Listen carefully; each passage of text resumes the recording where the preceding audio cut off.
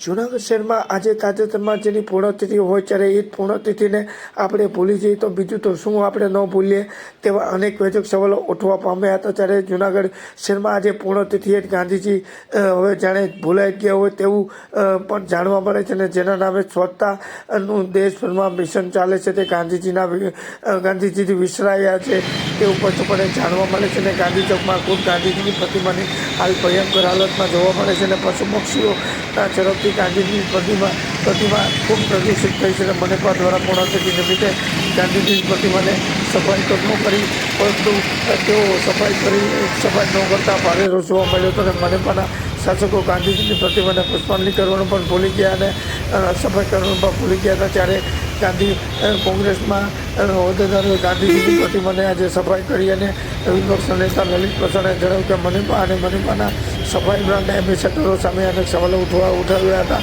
અને બ્રાન્ડ એમ્બેસેડરો અવારનવાર જૂનાગઢ સફાઈ મુદ્દે લાઈવ કરે છે અને આજે અહીંયા કેમ લાઈવ ન કરી તેવા અનેક વેધક સવાલો ઉઠવા પામ્યા હતા અને પૂર્ણતિથિ નિમિત્તે ગાંધીજીની પ્રતિમાની બદતર હાલત હોવાથી જૂનાગઢના લોકોમાં ભારે રોષ અને નારાજગી જોવા મળી હતી। શું કહ્યું લલિત પ્રસન્ને જાણો।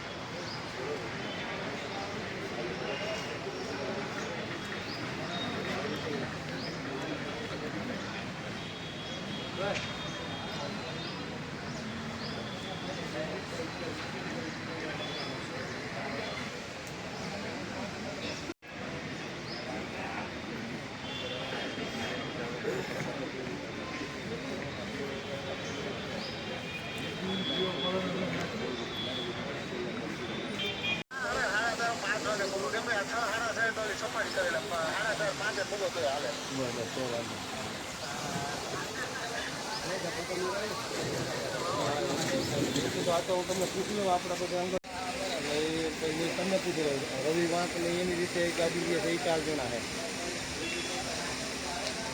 હા તો પછી વાત દઉં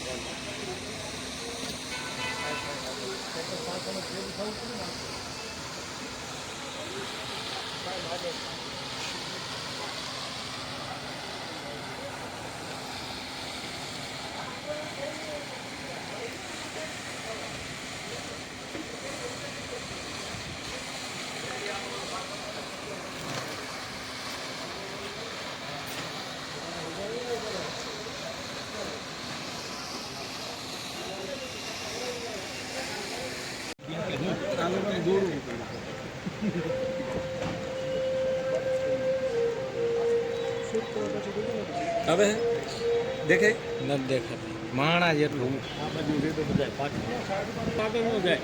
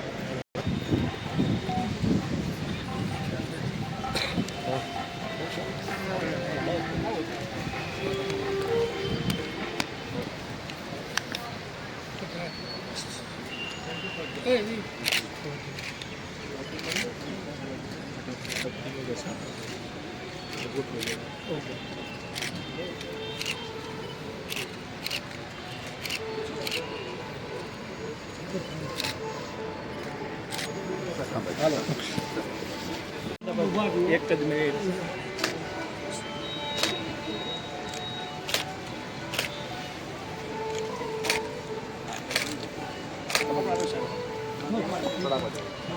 હરેશભાઈ કેવું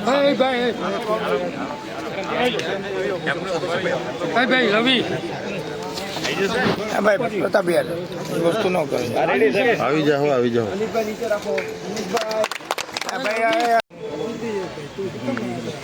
મને અડધો એરિયા જે છે એ ખેતીની જમીનમાં આજે તળાવ જે છે એક્સટેન્શન કરી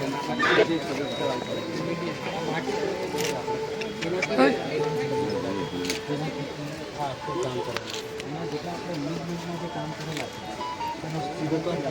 ભાઈ અતુલભાઈ મોબાઈલ નીચે રાખો એના ઉપર આપણે પિચિંગ કરીને આ વસ્તુ કરેલી છે અને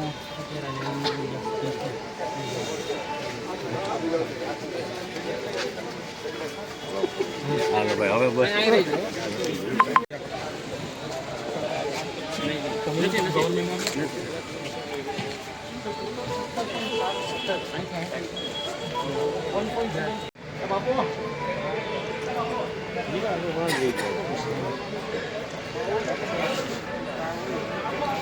હા મામા તો આ બાજુ છે ત્યાં હું જોવાનું અત્યારે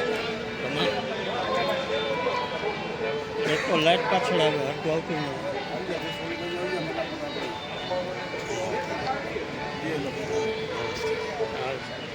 હાલ તાર થઈ ગયો ફરવા કરવાની છે માવો ખવડાવવાનો છે માવો નથી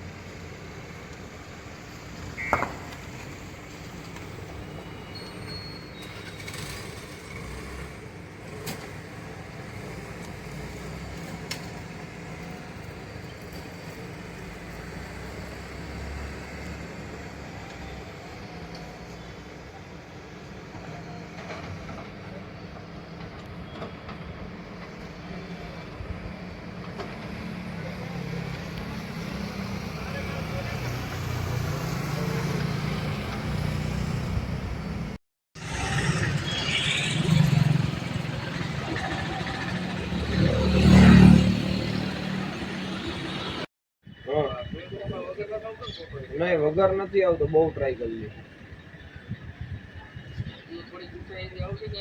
છેલ્લી બિલ્ડિંગ છે ઊંચામાં ઊંચી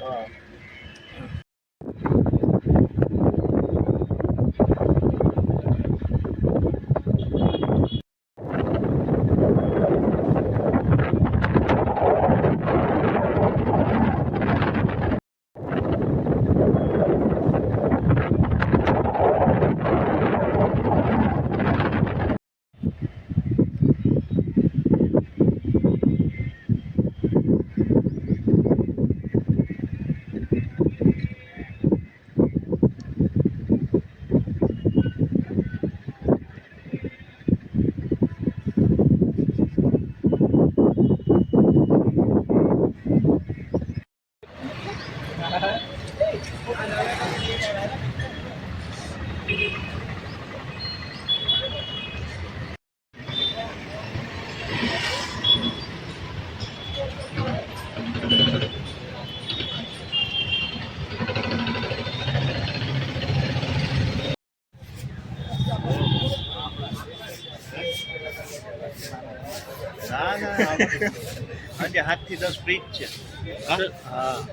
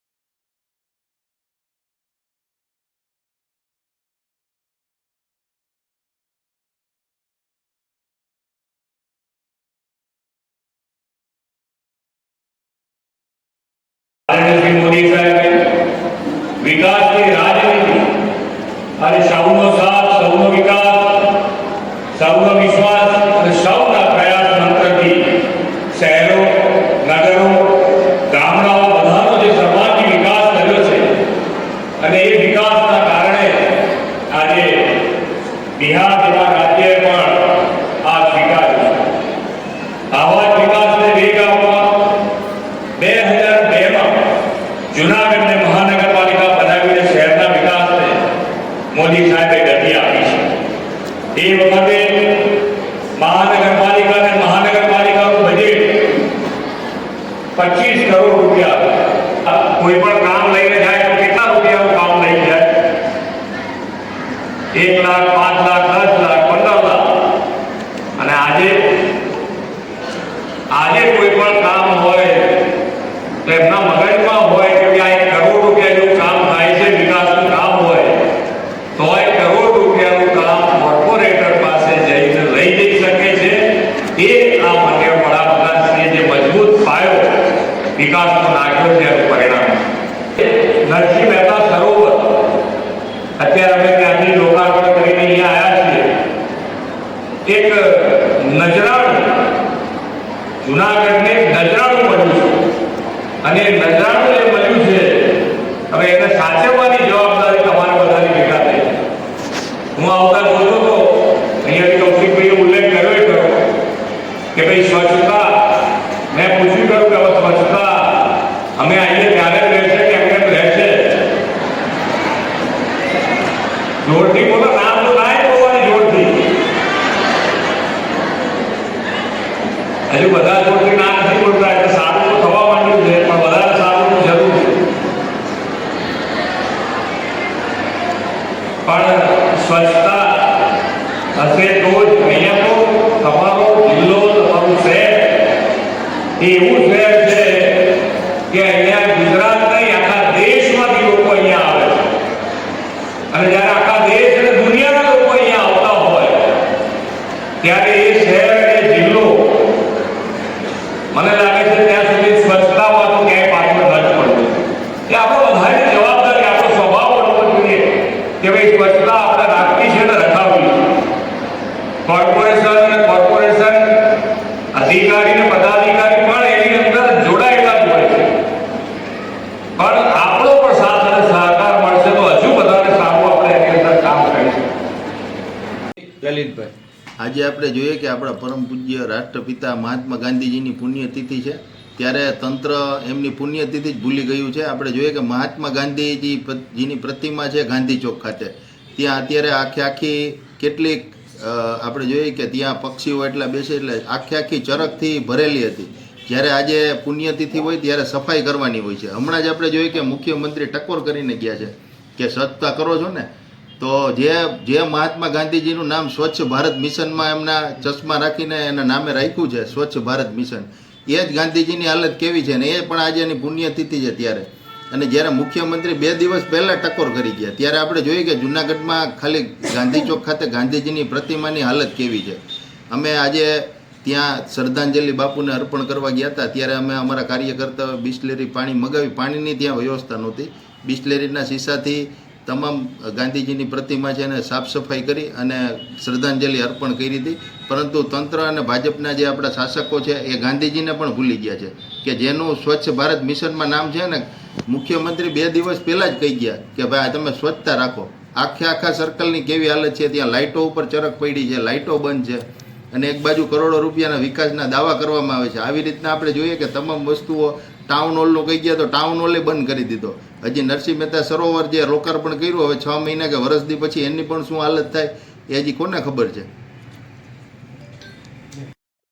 બ્રાન્ડ એમ્બેસેડર જે રાખેલા છે, જેમની નિમણૂક કરેલી છે, એ તમામની જવાબદારી છે કે જ્યાં જ્યાં સફાઈ થતી ન હોય કે સફાઈ થાય છે કે નથી થતી, તમામનું એમને કોર્પોરેશન અને લાઈવ કરી અને તમામ વસ્તુ લોકો સમક્ષ મૂકવાની હોય છે. એને જ સ્વચ્છતા એમ્બેસેડર કહેવાય. તો જે ગાંધીજીની પ્રતિમા છે તો ત્યાં કેમ કોઈ સ્વચ્છતા એમ્બેસેડર નથી જતા કે લાઈવ નથી કરતા? શાસકોને લઈને ખરેખર તમામે ત્યાં પણ જ્યાં જ્યાં આવી પ્રતિમાઓ છે ત્યાં પણ લાઈવ કરવું જોઈએ, જેથી ખબર પડે કે આજે પુણ્યતિથિ છે બાપુની અને જેનું સ્વચ્છ ભારત મિશનમાં નામ છે તો એ ગાંધી બાપુની શું હાલત છે કે એની પ્રતિમાની શું હાલત, એના સર્કલની શું હાલત છે, એ કમિશનર શ્રી, બ્રાન્ડ એમ્બેસેડર અને તમામે ત્યાં જવું જોઈએ. અને આજે બાપુને પુષ્પાંજલિ ન આપે તો કાંઈ નહીં, પરંતુ ત્યાં સ્વચ્છતા તો રાખો, જેથી કરી જે લોકો બાપુને પુષ્પાંજલિ અને શ્રદ્ધાંજલિ આપવા આવે છે તો એમને એમની જે ભાવના છે એને ધક્કો ન લાગે, કારણ કે આવી બાબતે ખરેખર ખૂબ દુઃખદ છે.